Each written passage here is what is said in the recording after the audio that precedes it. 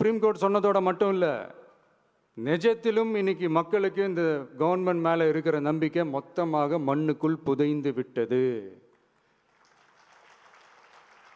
இதுவாவது முதல்வர் அவர்களுக்கு புரியுதா? புரியலனா 2026 தேர்தலில் இந்த திமுக தலைமைக்கு மக்கள் இன்னும் ஆழமா அழுத்தமா புரிய வைப்பாங்க.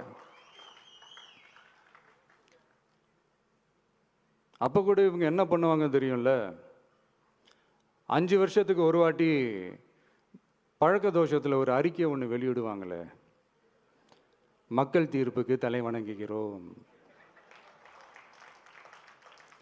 அப்படின்ட்டு அந்த அறிக்கையை வெளியிட்டுட்டு இப்போ அறிவாலயத்தில் போய் ஓடி ஒளிஞ்சுப்பாங்க.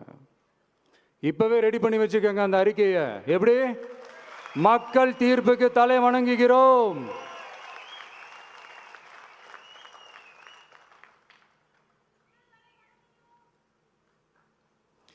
நான் போன பொதுக்குழுவில் சொன்னதை தான் இங்கே நான் திரும்பவும் சொல்கிறேன்.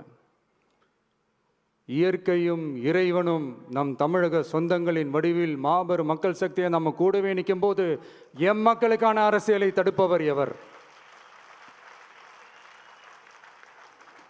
அதனால தோழர்களே, நமக்கு வந்திருக்கிற இந்த இடையூறு வெறும் டெம்பரவரி மட்டும்தான். எல்லாத்தையும் தகர்த்தெறிவோம், மக்களோட கை கோர்த்து நிற்போம், மக்களோட களத்தில் போய் நிற்போம். நம்ம பயணத்தில் தடம் மாறவே மாட்டோம்.